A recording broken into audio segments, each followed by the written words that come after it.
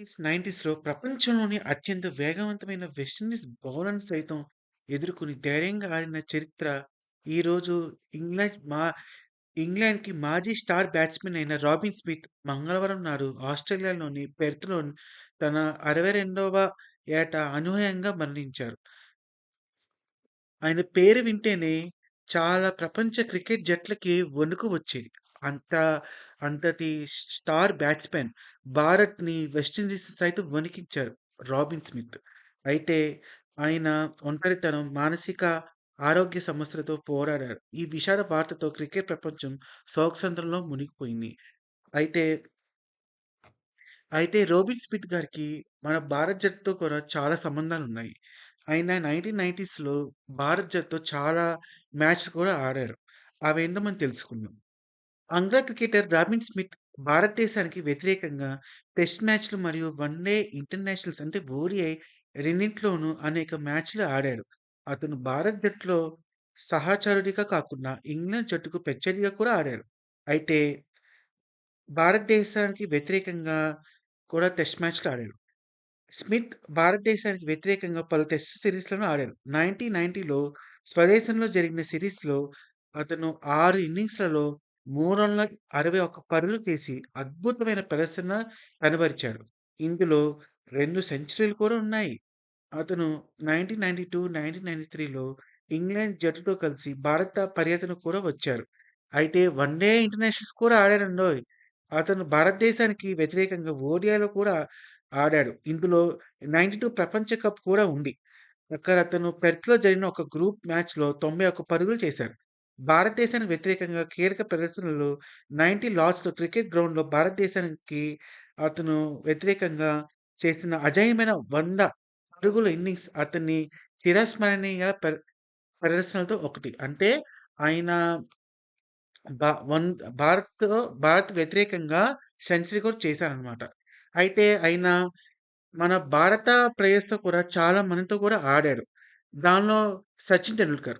1990లో Smith England తరఫున ఆడుతున్న ఒక మ్యాచ్‌లో టెండూల్కర్ తన 17వ ఏటనే తన ఫస్ట్ టెస్ట్ సెంచరీ సాధించాడు. నెక్స్ట్ ఏమో కపిల్ దేవ్‌తో కూడా ఆడాడు.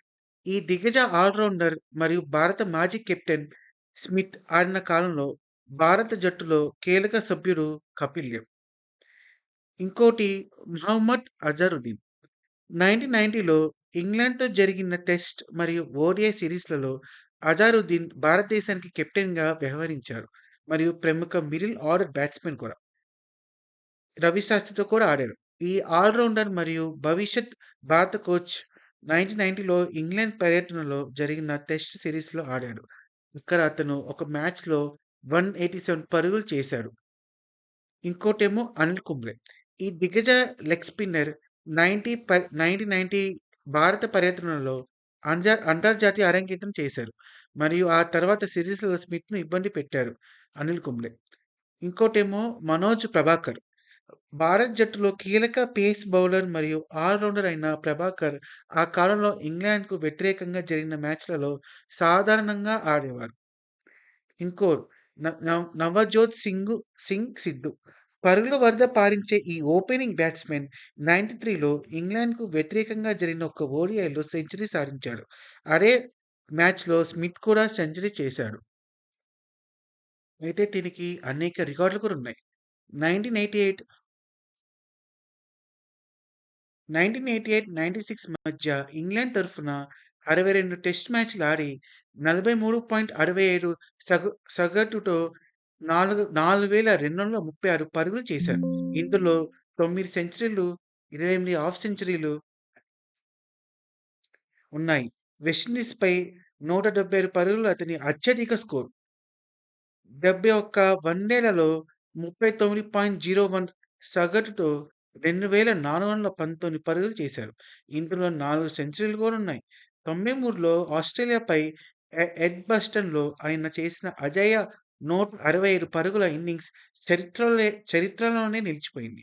హాంప్‌షైర్ తరఫున ఫస్ట్ క్లాస్ క్రికెట్ ఆడిన స్మిత్ 426 మ్యాచ్‌లలో 61 సెంచరీలతో 26,155 పరుగులు సాధించారు. రిటైర్మెంట్ తర్వాత రాబిన్ స్మిత్ మానసిక ఆరోగ్యం మద్యపానం వంటి వ్యక్తిగత సమస్యలతో పోరాడారు. ఈ పోరాటాల గురించి ఆయన బహిరంగంగానే మాట్లాడారు.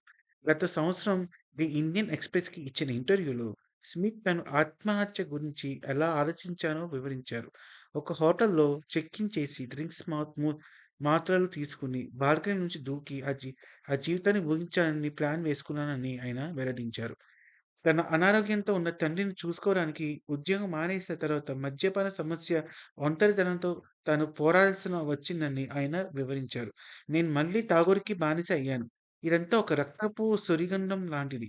నేను ఎవరిని నిందించలేను అని ఆవేదన కూడా వ్యక్తం చేశారు. రాబిన్ స్మిత్ ప్రపంచంలోని అత్యంత ఫాస్ట్ బౌలర్‌లో కొందరిని ధైర్యంగా ఎదుర్కొని ఇంగ్లాండ్ అభిమానులకు ఎంతో గర్వాన్నిచ్చారు అని ఈసీబీ చైర్మన్ రిచార్డ్ థామ్సన్ నివారించారు. ఈ వార్త విని సచిన్ గంగూలీ సైతం తీవ్ర దిగ్భ్రాంతికి గురయ్యారు. ఆ టైంలో సచిన్ తన ఫస్ట్ కెరియర్‌లో ఇంత ఆడడం తలుచుకుని సచిన్ టెండూల్కర్ గారు చాలా బాధపడ్డారు.